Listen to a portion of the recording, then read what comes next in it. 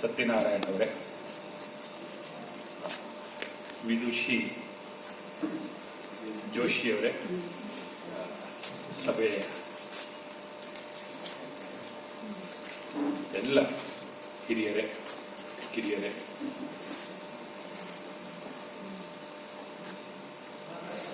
ನಮ್ಮ ಈ PPTCL ವೇದಿಕೆ ಅನ್ನೋದು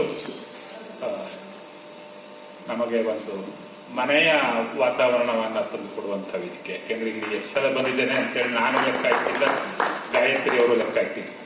ಒಂದು 2-3 ಫಂಕ್ಷನ್ ಹಿಂದೆ ನಮ್ಮ ಶ್ರೀಧರ ಬಳಗಾರರ ಕಥೆಗಳ ಕುರಿತು ಒಂದು ಸುಂದರವಾದ ಚರ್ಚೆ ನಡೀತು. ಅವತ್ತು ಕೂಡ ಇಲ್ಲಿ ಬಂದಿದ್ದೆ ನಾನು. ಮತ್ತು ತುಂಬಾ ಸಂತೋಷ ಅಂತಂದ್ರೆ, ವ್ರತನಿಷ್ಠರಾಗಿ ನಮ್ಮ ಗಾಯತ್ರಿಯವರು 8 ವರ್ಷಗಳಿಂದ ಅಂತ ಹೇಳಿದರು, ಅಷ್ಟು ಸತತವಾಗಿ ಮಾಡ್ತಾ ಇರುವ ಕಾರ್ಯಕ್ರಮಕ್ಕೆ ಇತ್ತೀಚೆಗೆ ಜನರ ಬೆಂಬಲವೂ ಒದಗ್ತಾ ಇದೆ. ಯಾಕೆಂತಂದ್ರೆ ಅವರು ತುಂಬಾ ಕಷ್ಟಪಟ್ಟು ಆರ್ಗನೈಸ್ ಮಾಡ್ತಾರೆ. ಪ್ರತಿ ತಿಂಗಳ ಆಧ್ಯಾತ್ಮ ಡಾಕ್ಟ್ರು ಮತ್ತೊಬ್ರು ಎಲ್ಲದನ್ನ ಹುಡುಕ್ತಾನೆ ಇರ್ತಾರೆ. ನಿಮ್ಗೆ ಗೊತ್ತಿದ್ದವರಿದ್ರೆ ನಮಗೆ ಪರಿಚಯ ಮಾಡ್ಕೊಡಿ ಸರ್, ನಾವು ಕರೆಸ್ತೇವೆ, ಮಾತನಾಡಿಸ್ತೇವೆ.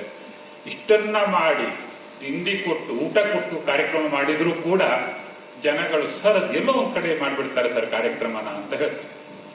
ಎಲ್ಲರೂ ರವೀಂದ್ರ ಕಲಾಕ್ಷೇತ್ರದಲ್ಲಿ ಕಾರ್ಯಕ್ರಮ ಮಾಡೋದು ಕಷ್ಟ ಮತ್ತು ಸಾಧ್ಯವಿಲ್ಲ ಮತ್ತು ಅಗತ್ಯವಿಲ್ಲ.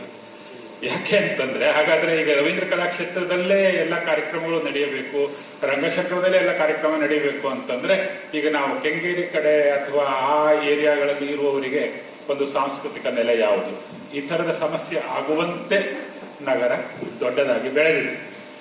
ಆದ್ದರಿಂದ ಇಂಥದ್ದೊಂದು ಕೆಲವು ಪ್ರಜ್ಞಾಶೀಲರು ಕೂತುಕೊಂಡು ಕೇಳುವಂತಹ ಮಾತುಗಳಿಗೆ, ಆಲಿಸುವಂತಹ ಮಾತುಗಳಿಗೆ, ಧ್ಯಾನಿಸಬೇಕಾದಂತಹ ಮಾತುಗಳಿಗೆ, ಕಲೆ, ಸಂಸ್ಕೃತಿ, ಆರೋಗ್ಯ ಇದಕ್ಕೆ ಸಂಬಂಧಪಟ್ಟಂತ ವಿಚಾರಗಳಿಗೆ ಒಂದು ವೇದಿಕೆ ಬೇಕು ಅಂತಂದ್ರೆ ಇಂಥ ಪುಟ್ಟ ವೇದಿಕೆಗಳು ಬೇಕು ಅಂತೇಳಿ. ಅಂದ್ರೆ ಪುಟ್ಟ ಅಂತಂದ್ರೆ ನಾನು ಹೇಳ್ತಾ ಇರೋದು ಈ ಹಾಲ್ ಸಾಕಷ್ಟು ದೊಡ್ಡದಾಗೇ ಇದೆ ಅದಲ್ಲ, ಆದ್ರೆ ಸ್ಮಾಲ್ ಗ್ರೂಪ್ ಆಫ್ ಪೀಪಲ್ ಇಲ್ಲಿ ಕೂತ್ಕೊಳ್ಬಹುದು. ಆ ಥರದ ಒಂದು ಸಂಘಟನೆಯಾಗಿ ವಿಜಿ ಗಾಯತ್ರಿಯವರು ಇಂಥದ್ದೊಂದು ಸಂಘಟನೆಯನ್ನ ಕಳೆದ 8 ವರ್ಷಗಳಿಂದ ಇಲ್ಲಿ ಮಾಡ್ತಾ ಬಂದಿದ್ದಾರೆ. ಅವರಿಗೆ ನಾನು ಅಭಿನಂದನೆಗಳನ್ನು ಸಲ್ಲಿಸ್ತೇನೆ. ಇದಕ್ಕೂ ಹಿಂದೆ ಅವರು ಸಿರ್ಸಿಯಲ್ಲಿ ಇಂಥ ಕಾರ್ಯಕ್ರಮ ಮಾಡ್ತಾ ಇದ್ರು ಮತ್ತು ಅದು ಪಾಸ್ಟ್ ಟೆನ್ಸ್ ಅಲ್ಲ, ಮಾಡುತ್ತಲೂ ಇದ್ದಾರೆ. ಅಲ್ಲಿಗೂ ಹೋಗ್ತಾರೆ, ಅಲ್ಲಿಯೂ ಕಾರ್ಯಕ್ರಮ ಮಾಡಿ ಬರ್ತಾರೆ ಮತ್ತು ಇಲ್ಲಿಯೂ ಇದನ್ನ ನಡೆಸಿಕೊಂಡು ಬಂದಿದ್ದಾರೆ. ಸೊ ಇಷ್ಟು ಹಿನ್ನೆಲೆಯೊಂದಿಗೆ ನಾನು ಬಂಕಾ ಸತ್ಯನಾರಾಯಣರಾಯರ ಬಗ್ಗೆ ಮಾತನಾಡಬೇಕು ಹಾಗೂ ಅವರ ಕೃತಿಯ ಬಗ್ಗೆ ಮಾತನಾಡಬೇಕು, ರಾಮಾಯಣದ ಬಗ್ಗೆ ಮಾತನಾಡಬೇಕು, ಆಮೇಲೆ ಬಂಕಾ ಅವರು ಬರೆದಿರುವ ಶಿಲೆಯಲ್ಲಿ ರಾಮಾಯಣದ ಬಗ್ಗೆ ಮಾತನಾಡಬೇಕು. ಇಷ್ಟೊಂದು ಕೆಲಸಗಳನ್ನ 30 ನಿಮಿಷದ ಒಳಗೆ ಮುಗಿಸಬೇಕು ಅಂತೇಳಿ ಸಣ್ಣದಾಗಿ ನಗುನಗ್ತಾನೆ ನನ್ನ ಗಾಯತ್ರಿ ಸೂಚನೆ ಕೊಟ್ಟಿದ್ದಾರೆ. 30 ನಿಮಿಷ ಆದ ನಂತರ ಆಫ್ ಮಾಡ್ಬಿಡ್ಬೋದು. ಸತ್ಯನಾರಾಯಣರು ಒಂದು ದಿವಸ ಫೋನ್ ಮಾಡಿದ್ರು, ಈಗ ಒಂದು 2 ತಿಂಗಳ ಹಿಂದೆ ನಮ್ಮ ಸರ್, ಹೀಗೆ ನಾನೊಂದು ಪುಸ್ತಕ ಮಾಡಿದ್ದೇನೆ, ಇದಕ್ಕೆ ತಾವು ಒಂದು ಮುನ್ನುಡಿಯನ್ನ ಬರೆದು ಕೊಡಬೇಕು. ಏನು ವಿಷಯ ಇಲ್ಲ, ಹೀಗೆ ನಾನು ಹಂಪಿಯಲ್ಲಿ ಹಜಾರರಾಮ್ ದೇವಾಲಯ, ಸರ್ ನೀವು ಹಂಪಿ ನೋಡಿದ್ದೀರಾ? ನೋಡಿದ್ದೀನಿ. ಹಜಾರರಾಮ್ ದೇವಾಲಯದ ಎಲ್ಲ ಶಿಲ್ಪಗಳ ಚಿತ್ರವನ್ನ ಮತ್ತು ಅದರ ಕುರಿತು ಒಂದು ಸಣ್ಣ ಟಿಪ್ಪಣಿಯನ್ನ ಇಟ್ಕೊಂಡು ಒಂದು ಪುಸ್ತಕ ಮಾಡಿದ್ದೇನೆ ಮತ್ತು ಅದರ ಪರಿಷ್ಕರಣೆಯನ್ನು ಕೂಡ ಮಾಡ್ತಾ ಇದ್ದೇನೆ. ಈ ಪರಿಷ್ಕರಣೆಗೊಳ್ಳಲಿರುವ ಪುಸ್ತಕಕ್ಕೆ ನೀವು ಬರೆದು ಕೊಡಿ ಕೆಲವು ಮಾತುಗಳು. ನಾನಂದ್ರೆ ಈ ವಿಷಯದಲ್ಲಿ ನನ್ನ ಅನುಭವ ಕಡಿಮೆ ಅಂತ ಹೇಳಿದೆ. ಯಾಕೆಂದ್ರೆ ನಾನೊಬ್ಬ ಶಿಲ್ಪಶಾಸ್ತ್ರಜ್ಞ ಅಲ್ಲ. ಯಾರಾದ್ರೂ ಶಿಲ್ಪದ ಬಗ್ಗೆ ಹೇಳಿದ್ರೆ ಕೇಳಿಸ್ಕೊಳ್ಳುವಷ್ಟು ವ್ಯವಧಾನ ಇದೆ, ಪ್ರೀತಿ ಇದೆ, ಹೌದಾ ಹೀಗಾಗ್ತಾ ಬರುತ್ತಾ ಇದು ಅಂತ ನೋಡುವ ಶಕ್ತಿ ಇದೆ ಹೊರತು ಇದರ ಕುರಿತು ಮುನ್ನುಡಿಯ ಮಾತುಗಳನ್ನು ಬರೆಯೋದು ಅಂದ್ರೆ ಕಷ್ಟ ಸರ್ ಅಂತ ಹೇಳಿ. ಅಲ್ಲ ಸರ್, ನೀವು ಓದಿ ಅಂತ ಹೇಳಿ ಕೊಟ್ಟರು. ಓದಿದೆ ಮತ್ತು ನೋಡಿ. ಯಾಕೆಂದ್ರೆ ಬಹಳ ಒಳ್ಳೆ ರೀತಿಯಲ್ಲಿ ಪುಸ್ತಕವನ್ನು, ಅವರ ಮೊದಲ ಪುಸ್ತಕ ಇಲ್ಲಿದೆ, ಶಿಲೆಯಲ್ಲಿ ರಾಮಾಯಣ ಅಂತ, ತುಂಬಾ ಕಷ್ಟಪಟ್ಟು ಹಣವನ್ನು ಖರ್ಚು ಮಾಡಿ ತುಂಬಾ ದೊಡ್ಡ ರೀತಿಯಲ್ಲಿ ಪುಸ್ತಕವನ್ನು ಪ್ರಿಂಟ್ ಮಾಡಿದ್ದಾರೆ. ಒಂದು ಕಡೆ ಚಿತ್ರ, ಅದು ಕಲರ್ ಚಿತ್ರಗಳು ಮತ್ತು ಹೊಳಪಿನ ಕಾಗದ, ಈ ಕಡೆ ವಿವರಣೆ, ಇಷ್ಟು ಕೆಲಸಗಳನ್ನು ಪುಣ್ಯಾತ್ಮ ಒಬ್ಬರೇ ಮಾಡಿದ್ದಾರೆ. ಎಷ್ಟು ಸುಲಭದ ಕೆಲಸ ಅಲ್ಲ ಇದು. ಹಜಾರರಾಮ ಅಂತ ದೇವಾಲಯಕ್ಕೆ ಹೋಗಬೇಕು, ಅಲ್ಲಿರುವ ಒಂದೊಂದು ಚಿತ್ರವನ್ನು ತೆಗಿಬೇಕು, ಆಮೇಲೆ ಪಾಪ ನನ್ನಂಗೆ ಅವರಿಗೂ ಕೂಡ ಭಕ್ತ ಕುಂಬಾರದಲ್ಲ ಒಂದು ಪದ್ಯ ಬರುತ್ತಲ್ಲ, ಪರತತ್ವವನ್ನು ಬಲ್ಲ ಪಂಡಿತನು ನಾನಲ್ಲ, ಹರಿನಾಮವೊಂದೊಳಿದು ನನಗೇನು ತಿಳಿದಿಲ್ಲ ಅಂತ ಹೇಳಿ. ನಮ್ಮ ಬಂಕಾ ಸತ್ಯನಾರಾಯಣ ರಾಯರ ಪರಿಸ್ಥಿತಿನೂ ಅದೇ. ಅವರು ಹೊಸಪೇಟೆಯವರು, ಅದೇ ಅವರ ಮೂಲ ಬಂಡವಾಳ. ಅವರಿಗೆ ಉತ್ಸಾಹ, ಇದು ನನ್ನ ಊರಿದ್ದು, ಇದು ನಮ್ಮ ನಾಡಿನದು ಮತ್ತು ನನ್ನ ಪ್ರದೇಶದ್ದು. ಮಾತುಗಳನ್ನು ಅವರು ಬಹಳ ಸರಳವಾದಂತಹ ಮಾತುಗಳಲ್ಲಿ ಹೇಳಿದ್ದಾರೆ. ಒಬ್ಬ 10ನೇ ಕ್ಲಾಸ್ ಓದ್ತಾ ಇದ್ದ ಹುಡುಗನ ಜ್ಞಾಪಿಸ್ಕೊಳ್ಬೇಕು ನಮ್ಮ ಸತ್ಯನಾರಾಯಣ ಅವರು. ಬಹಳ ಬಡತನದಲ್ಲಿ ಇನ್ಯಾರದೋ ಒಬ್ಬರ ಸಹಾಯವನ್ನು ಪಡೆದು, ಒಬ್ಬ ಹೋಟೆಲ್ ಮಾಲಕರದ್ದು ಶಿಕ್ಷಣವನ್ನು ಪಡೆದವರು. ಅಂತಹ ಒಬ್ಬ ವ್ಯಕ್ತಿ ಸ್ವಯಂ ಸೇವಕರಾಗಿ ಹೈಸ್ಕೂಲ್ ವಿದ್ಯಾರ್ಥಿ ಅಲ್ಲಿ ಹೋಗಿ ಸ್ವಲ್ಪ ದಿನ ಕೆಲಸ ಮಾಡಿದಂತೆ ಹಂಪಿ ಉತ್ಸವದಲ್ಲಿ, ಅವರ SSLC ಕಾಲಕ್ಕೆ. ಆವಾಗ ಅವರಲ್ಲಿ ಹುಟ್ಟಿದ ಕನಸದು, ನಾನು ಈ ಚಿತ್ರಗಳನ್ನೆಲ್ಲ ತೆಗಿಬೇಕು, ನಾನು ಫೋಟೋ ತೆಗಿಬೇಕು. ಎಷ್ಟು ಮನುಷ್ಯನ ಮನಸ್ಸು ಅನ್ನೋದು ಎಷ್ಟು ವಿಚಿತ್ರವಾದಂತಹ ಸಂಗತಿ ನೋಡಿ. ಒಬ್ಬ ಸಣ್ಣ ಹುಡುಗನ ಮನಸ್ಸಿನಲ್ಲಿ ಹುಟ್ಟಿದ ಒಂದು ಕನಸದು, ಅದು ಕನಸಾಗೆ ಉಳಿದಿತ್ತು, ಬಹಳ ಕಾಲ ಉಳಿದಿತ್ತು. ಈ ನಡುವೆ ಅವರು ಪರೀಕ್ಷೆಗಳನ್ನ ಪಾಸ್ ಮಾಡಿ KPTCL ಒಂದು ದೊಡ್ಡ ಅಧಿಕಾರಿಯಾದರು, ದಕ್ಷ ಅಧಿಕಾರಿಯಾದರು. ಎಷ್ಟು ದಕ್ಷ ಅಧಿಕಾರಿಯಾದರು ಅಂದ್ರೆ ಅವರು ಸ್ನೇಹಿತರನ್ನು ಕಟ್ಕೊಂಡಷ್ಟೇ ವೈರಿಗಳನ್ನು ಕಟ್ಕೊಂಡಿದ್ದಾರೆ ಅಂತ ಕೇಳಿದ್ರು. ನಂಗೆ ಗೊತ್ತಿಲ್ಲ, ಇಲ್ಲಿರೋರೆಲ್ಲರೂ ಸ್ನೇಹಿತರು. ಅಷ್ಟು ನಿಸ್ಪೃಹರಾಗಿ ಕೆಲಸ ಮಾಡುವ ಈ ಸಮಯದಲ್ಲಿ ಅವರು ಹಂಪೆಗೂ ಹೋಗಿರ್ತಾರೆ, ಹೊಸಪೇಟೆಗೂ ಹೋಗಿರ್ತಾರೆ. ಆದರೆ ಅವರ ಜೀವನದ ಕೆಲಸದ ನಡುವೆ ಇದನ್ನೆಲ್ಲ ಗಮನ ಹರಿಸಕ್ಕೆ ಸಾಧ್ಯ ಆಗಿಲ್ಲ. ಆಮೇಲೆ ಅವರ ಮಗ, ಇದು ಬಹಳ ಕುತೂಹಲದ ಭಾಗ, ಒಂದು ಡಿಜಿಟಲ್ ಕ್ಯಾಮೆರಾ ತಂದು ಕೊಟ್ಟರಂತೆ. ಫಾರಿನ್ನಿಗೆ ಹೋಗಿದ್ದಾರೆ ಅವರು, IT ಇಂಜಿನಿಯರ್ ಅವರು ಕೆಲಸ ಮಾಡುವಾಗ ಹೋಗಿ ಡಿಜಿಟಲ್ ಕ್ಯಾಮೆರಾ. ಅಪ್ಪನ ಕನಸಿಗೆ ಮಗ ಗೊತ್ತಿದ್ದೋ ಗೊತ್ತಿಲ್ಲದೆಯೋ ನೀರಲ್ಲಿ. ಇವರು ಹೋಗಿ ಮಾಡಿದ ಕೆಲಸ ಏನು ಅಂತಂದ್ರೆ, ಹಂಪಿಗೆ ಹೋಗಿ ಫೋಟೋ ತೆಗೆದಿದ್ದಾರೆ. ಎಲ್ಲ ಫೋಟೋಗಳನ್ನ ತೆಗೆದಿದ್ದಾರೆ. ಅಲ್ಲಿಯ ಬಹುತೇಕ ಎಲ್ಲ ಚಿತ್ರಗಳು ಅವ್ರ ಕೈಲಿ ಇವೆ. ಅದನ್ನೇ ಒಂದು ಪ್ರದರ್ಶನ ಮಾಡೋ ಚಿತ್ರಗಳನ್ನ ಅವರು ಇಟ್ಕೊಂಡಿದ್ದಾರೆ. ಬೆಂಗಳೂರಿನ ಭಾಷೆ ಹೇಳಬೇಕಂದ್ರೆ ಸಾಕು ಕೊಟ್ಟಿದ್ದಾರೆ, ಅಷ್ಟು ಚಿತ್ರಗಳಿವೆ. ಅದರಲ್ಲಿ ಹಜಾರರಾಮ್ ದೇವಾಲಯ ಇಲ್ಲಿ ಸ್ಪೆಷಲೈಸೇಷನ್. ಅವರಿಗೆ ಕುತೂಹಲ, ಈ ಹಜಾರರಾಮ್ ದೇವಾಲಯದಲ್ಲಿ ಇಷ್ಟೊಂದು ರಾಮಾಯಣಕ್ಕೆ ಸಂಬಂಧಪಟ್ಟಂತ ಚಿತ್ರಗಳು, ಇದು ಒಂದಕ್ಕೊಂದಕ್ಕೆ ಎಲ್ಲಿ ಸಂಬಂಧ, ಏನು ಕತೆ, ಏನು ಅಂತ ಹೇಳಲ್ಲ. ಅವರು ಆ ಚಿತ್ರಗಳನ್ನು ತೆಗೆದು ಕೂಡಿಸಿ ಅದನ್ನೇ ಹೇಳಿದ್ದು. ನಾನು ಅದಕ್ಕಾಗಿ ಪರತತ್ವವನ್ನು ಬಲ್ಲ ಪಂಡಿತನ ನಾನಲ್ಲ ಅಂತ ಹೇಳಿದ್ದು ಅದಕ್ಕೆ. ಯಾಕೆ ಅಂದ್ರೆ ಬಂಕಾ ಸತ್ಯನಾರಾಯಣ ಅವರು ಈ ಕೆಲಸವನ್ನ ತೆಗೆದುಕೊಳ್ಳುವ ಹೊತ್ತಿಗೆ ಆಗಲೇ ನಿವೃತ್ತರು ಕೂಡ. ಎಷ್ಟೋ ಜನ ನಾಗರಾಜ್ ಸರ್ ಹೇಳಿದ ಹಾಗೆ ರಿಟೈರ್ಮೆಂಟ್ ಅನ್ನು ಘೋಷಣೆ ಮಾಡ್ಕೊಂಡ್ಬಿಟ್ಟಿರ್ತಾರೆ ಎಲ್ಲ ಕೆಲಸದಿಂದ. ಆದ್ರೆ ಇವರದ್ದು ಆಕ್ಟಿವಿಟೀಸ್ ಶುರುವಾಯ್ತು, ಚಾಲು ಆಯ್ತು. ಇದೇನು ಅಂತಂದ್ರೆ ಅವರಿಗೆ ಶಿಲ್ಪಶಾಸ್ತ್ರ ಗೊತ್ತಿಲ್ಲ, ಪಾಪ ರಾಮಾಯಣನೂ ಗೊತ್ತಿಲ್ಲ. ಆದ್ರೆ ಗೊತ್ತಿಲ್ಲ ಅಂದ್ರೆ ಈಗ ನಮ್ಮೆಲ್ಲರಿಗೆ ತಕ್ಕ ಮಟ್ಟಿಗೆ ಗೊತ್ತಿರೋ ಮಟ್ಟಿಗೆ ಗೊತ್ತಿರುತ್ತದೆ. ತುಂಬಾ ಆಳವಾಗಿ ಒಂದು ಚಿತ್ರ ತೋರಿಸಿದೆ, ಇದು ಅಂಗದ ಮತ್ತು ವಾಲಿ ಕೂತದ್ದು ಅಂತಂದ್ರೆ ಗೊತ್ತಾಗಲ್ಲ. ಅದನ್ನ ಅವರಿಗೆ ಯಾರಾದರೂ ಹೇಳಬೇಕು ಅಥವಾ ಕಥೆಯನ್ನ ಅಪ್ಲೈ ಮಾಡಬೇಕು. ಇದು ಅವರ ಪರಿಸ್ಥಿತಿ. ಸೊ ಲೇಖಕರಲ್ಲ, ಶಿಲ್ಪಶಾಸ್ತ್ರಜ್ಞರಲ್ಲ, ಹಾಗೂ ರಾಮಾಯಣದ ಕುರಿತು ಕೂಡ ತುಂಬಾ ಅಧಿಕೃತವಾಗಿ ಓದಿದವರಲ್ಲ. ಆದರೆ ಈ ಕೆಲಸವನ್ನ ಮಾಡುತ್ತಾ ಅವರಿಗೆ ಎಲ್ಲದೂ ಆಗ್ತದೆ. ಅವರೊಬ್ಬ ಲೇಖಕರಾದರು, ಶಿಲ್ಪಶಾಸ್ತ್ರವನ್ನ ಸ್ವಲ್ಪ ಮಟ್ಟಿಗೆ ತಿಳಿದುಕೊಳ್ಳುವಂತ ಶಕ್ತಿ ಬಂತು. ಆಮೇಲೆ ರಾಮಾಯಣ ಅಂತೂ ಅದೊಂದು ದೊಡ್ಡ ರಾಮಾಯಣ ಆಗುತ್ತೆ. ಎಲ್ಲದನ್ನು ಓದ್ಬಿಟ್ಟಿದ್ದಾರೆ. ವಾಲ್ಮೀಕಿ ರಾಮಾಯಣ ಓದಿಕೊಂಡಿದ್ದಾರೆ, ಚಂದಮಾಮದಲ್ಲಿ ಬಂದ ರಾಮಾಯಣ ಓದಿದ್ದಾರೆ, ಜಾನಪದ ರಾಮಾಯಣ, ಎಲ್ಲಿ ಏನು ಸಿಕ್ಕಿದ್ರೆ ಅದು ನನ್ನಂತ ಏನಾದ್ರು ಅಂತ ಹೇಳಿದ್ರೆ ಅದನ್ನು ಕೇಳಿಸ್ಕೊಳ್ತಾರೆ. ಎಲ್ಲದನ್ನೂ ಸೇರಿಸಿ ಅವುಗಳನ್ನು ಒಂದು ಕ್ರಮದಲ್ಲಿ ಜೋಡಿಸಿ ಒಂದು ಪುಸ್ತಕವನ್ನು ಸಿದ್ಧಪಡಿಸಿದರು. ಮತ್ತೆ ಸೂಕ್ಷ್ಮ ಮನಸ್ಸಿನವರಾದ್ದರಿಂದ ಅವರಿಗೆ ಮೊದಲ ಪುಸ್ತಕವನ್ನು ಪಾಪ ಪ್ರಿಂಟ್ ಮಾಡಿದ್ರು, 10 ಜನ ಕೊಟ್ಟಿರ್ತಾರೆ. ಕೆಲವರು ಬಹುಶಃ ಇನ್ನೂ ಪರಿಷ್ಕರಣೆಗಳನ್ನ ನೀವು ಮಾಡಬೇಕು ಅಂತ ಹೇಳಿರಬಹುದು. ಮತ್ತು ಅವರಿಗೆ ಕೂಡ ಅನಿಸಿದೆ, ತಾನು ಕಥಾಭಾಗಗಳನ್ನು ಸುಮ್ಮನೆ ಒಂದು ಹೇಳಿಕೆ ತರ ಕೊಟ್ಟಿದ್ದೇನೆ, ಸ್ವಲ್ಪ ಕಥೆಯನ್ನು ಕೊಟ್ಟರೆ ಚೆನ್ನಾಗಿರ್ತದೆ ಅಂತ ಹೇಳಿ ಅವರು ಇನ್ನಷ್ಟು ವಿಸ್ತೃತವಾಗಿ ಈ ಕಥಾಭಾಗಗಳನ್ನ, ಟಿಪ್ಪಣಿಗಳನ್ನು ಅವರು ಬರೆದಿದ್ದಾರೆ. ಇನ್ನಷ್ಟು ಒಳ್ಳೆಯ ರೀತಿಯಲ್ಲಿ ಚಿತ್ರಗಳನ್ನು ತಯಾರು ಮಾಡಿದ್ದಾರೆ. ಹಾಗೂ ಆ ಪುಸ್ತಕವು ಈ ತಡ ಆಗ್ತಾ ಇದ್ರೆ ಅದರಲ್ಲಿ ಅರ್ಧ ಭಾಗ ನನ್ನಂಥವನು ಕೂಡ ಸೇರಿದೆ.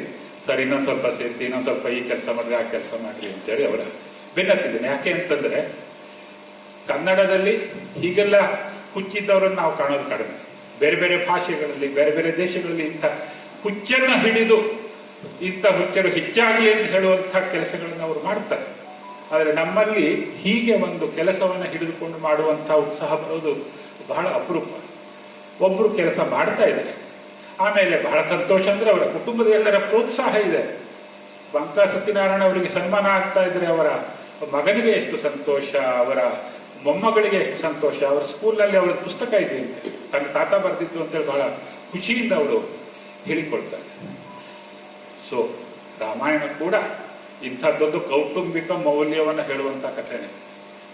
ಅದನ್ನ ನಮ್ಮ ಬಂಕಾ ಅವರು ಈ ಮೂಲಕವಾಗಿ ಒಂದು ಹೊಸ ರೀತಿಯಲ್ಲಿ ವ್ಯಾಖ್ಯಾನ ಕೂಡ ಮಾಡ್ತಾ ಇದ್ದಾರೆ ಅಂತ ನಂಗೆ ಅನಿಸ್ತದೆ. ಅಂದ್ರೆ ಒಂದು ಒಳ್ಳೆಯ ಕುಟುಂಬ ಕೂಡ ರಾಮಾಯಣ ಕೊಟ್ಟ ಸಂದೇಶವೇ ಅಲ್ವಾ. ಆದ್ದರಿಂದ ಇವಿಷ್ಟು ಮಾತಿನೊಡನೆ ನಾನಾದರೂ ಈಗ ಶಿಲ್ಪದ ಬಗ್ಗೆ ಹೆಚ್ಚು ಬಲ್ಲವನಲ್ಲ, ಆದರೆ ನಾವು ವಿಜಯನಗರದ ಸಾಮ್ರಾಜ್ಯದ ದಿನಗಳನ್ನ ಸ್ವಲ್ಪ ಮಟ್ಟಿಗೆ ನೆನಪು ಮಾಡ್ಕೊಳ್ಬೇಕು. ಯಾಕೆಂದ್ರೆ ಸ್ಥಳ ಪುರಾಣ ಹೊಂದಿದ್ದೇವೆ ನಾವು, ಪುರಾಣ ಹೇಳಲಿಕ್ಕೆ ಪ್ರಸಿದ್ಧರು ಗೋಕರ್ಣದವರು. ಸೊ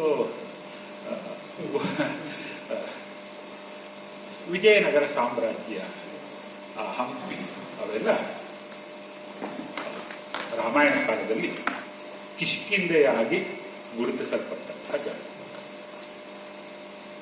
ಕಿಷ್ಕಿಂಧೆಯಾಗಿದ್ದ ಜಾಗವೇ ಇವತ್ತಿನ ಹಂಪಿಯಾಗಿ ಅಲ್ಲಿ ಅನೇಕ ಪರಿವರ್ತನೆಗಳು ಕೂಡ ಆಗಿವೆ. ಕಾಲದ ಪ್ರವಾಹದಲ್ಲಿ